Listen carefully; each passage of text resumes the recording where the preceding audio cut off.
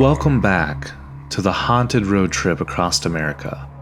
We've left the frozen wilderness of Alaska behind and entered a very different kind of frontier, the deserts of Arizona. This land of red rock, cactus, and endless horizons is a place where the sun beats down hard by day, but at night, something far colder moves across the desert floor. Arizona was built on hope and hardship. Prospectors dug for gold, outlaws sought refuge, and pioneers fought to carve out a life against the odds. But all of that struggle left scars, not just in the earth, but in the spirit of the land itself. When you walk through Arizona's ghost towns or step inside its historic saloons, you aren't just retracing history. You're sharing space with the echoes of those who'd never truly left. Tonight, we'll check into a hotel where guests still answer phantom phone calls, walk through a mining camp where death was a daily visitor, and step inside a prison where the cries of its inmates linger long after the gates closed. These are Arizona's 3 most haunted places you've never heard of. Hotel Monte Vista. When the Hotel Monte Vista opened its doors in 1927, it was meant to symbolize modern luxury for the small railroad town of Flagstaff. Built during Prohibition, the hotel quickly became more than just a resting place for travelers. Its basement hid speakeasies and card games, while the upper floors welcomed a rotating cast of colorful characters, from Hollywood actors to rugged adventurers making their way through the Southwest. But like many hotels, the Monte Vista collected more than just stories of parties and famous names. It collected spirits. One of the hotel's most unnerving legends centers on a long-term guest known by locals as the Meat Man. For reasons no one fully understood, this man would hang raw meat from the chandelier in his room. He died inside the hotel, and ever since, guests staying in that same room report waking to strange smells of meat or hearing soft thuds from the ceiling above. Some even say they found objects mysteriously shifting at night, as if something is still dangling there.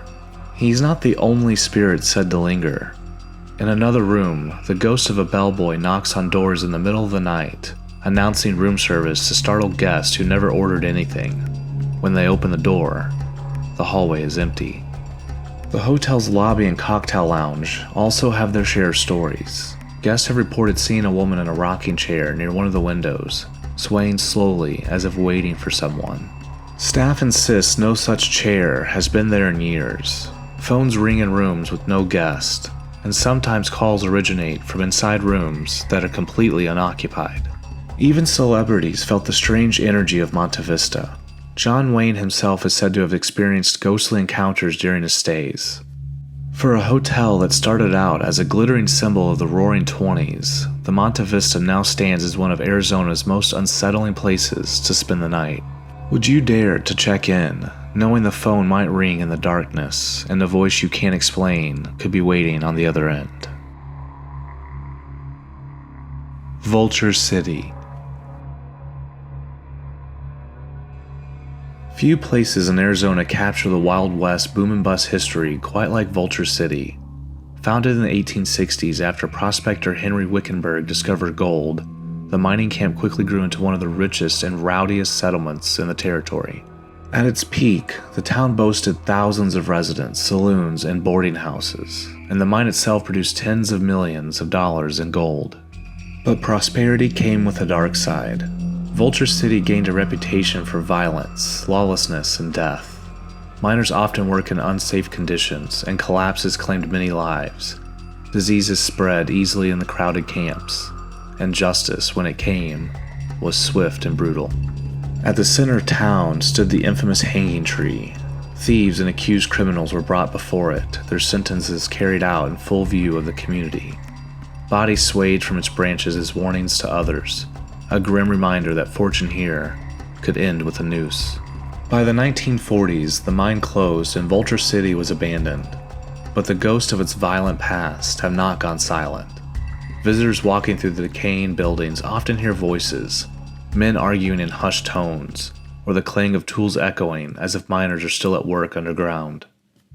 Shadowy figures dart between doorways, vanishing when approached. The air near the hanging tree is said to grow heavy, with some witnesses swearing that they've seen spectral forms dangling from its branches at dusk. Some paranormal investigators believe the suffering of the miners, combined with the executions that took place here, created the energy that still radiates from the ground itself. Even without seeing a ghost, most visitors report feeling watched, as if unseen eyes are following their every move.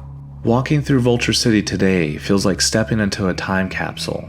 The desert sun beats down on weathered wood, tumbleweeds roll across empty streets, and silence fills the air. But listen closely, and you may find that silence isn't empty at all. Would you stand beneath the hanging tree, knowing you might not be the only one there? Yuma Territorial Prison. If ghost towns like Vulture City tell the story of Arizona's restless frontier, then Yuma Territorial Prison represents its darker side of justice. Built in 1876, the prison quickly earned a reputation as a harsh place to serve time. Inmates endured blistering heat, overcrowded situations, and the constant presence of rattlesnakes and scorpions just beyond the walls. Over 3,000 prisoners passed through its iron gates in its 3 decades it operated. They included murderers, thieves, and outlaws, but also men and women guilty of lesser crimes, swept up by a system more concerned with punishment than fairness. Many never made it out alive. Today, the prison stands as a state historic park, its crumbling cells and guard towers open to visitors, but tourists quickly discover that the inmates may have never truly left. One of the most infamous spots is the dark cell, a stone chamber used for solitary confinement. Prisoners were locked away in near total darkness for days or weeks at a time, left with little more than bread and water. Many who entered the dark cell emerged broken, and some never emerged at all. Modern visitors who step inside report overwhelming feelings of dread. Some describe being shoved or touched by unseen hands. Others claim to hear whispers curling out of the stone walls themselves. Elsewhere in the prison, footsteps echo through the empty corridors, and voices rise from the yards where prisoners once gathered. Cold drafts sweep through cell blocks even on the hottest summer days. Guides tell of tourists fainting suddenly, or fleeing in panic after seeing shadowy figures move past barred windows. The prison closed in 1909, but the energy here has only grown heavier with time. It remains a stark reminder of Arizona's rough frontier justice, and a place where the line between history and haunting is razor thin. Would you walk into the dark cell, knowing that whatever tormented prisoners a century ago still might be waiting inside? From the ghostly bellboys and phantom calls at the Monte Vista to the shadowy figures of Vulture City and the oppressive silence of Yuma's prison, Arizona proves that the desert is anything but empty. It remembers every tragedy, every crime, every life cut short, and those echoes refuse to fade. So which haunted site would you face first? Would you spend a night in a hotel where the phone rings without warning, wander through a ghost town where the dead still hang from branches, or step into a prison cell that swallows light and hope alike? Drop your answer in the comments. I'd love to know which one chills you the most. If you're enjoying this haunted road trip, be sure to like, subscribe, and hit the bell so you don't miss our next stop. We're leaving the desert behind and heading to California, where the ghosts of miners, movie stars, and forgotten souls all share the spotlight. Until then, travel safe, sleep light, and remember, the road ahead is haunted.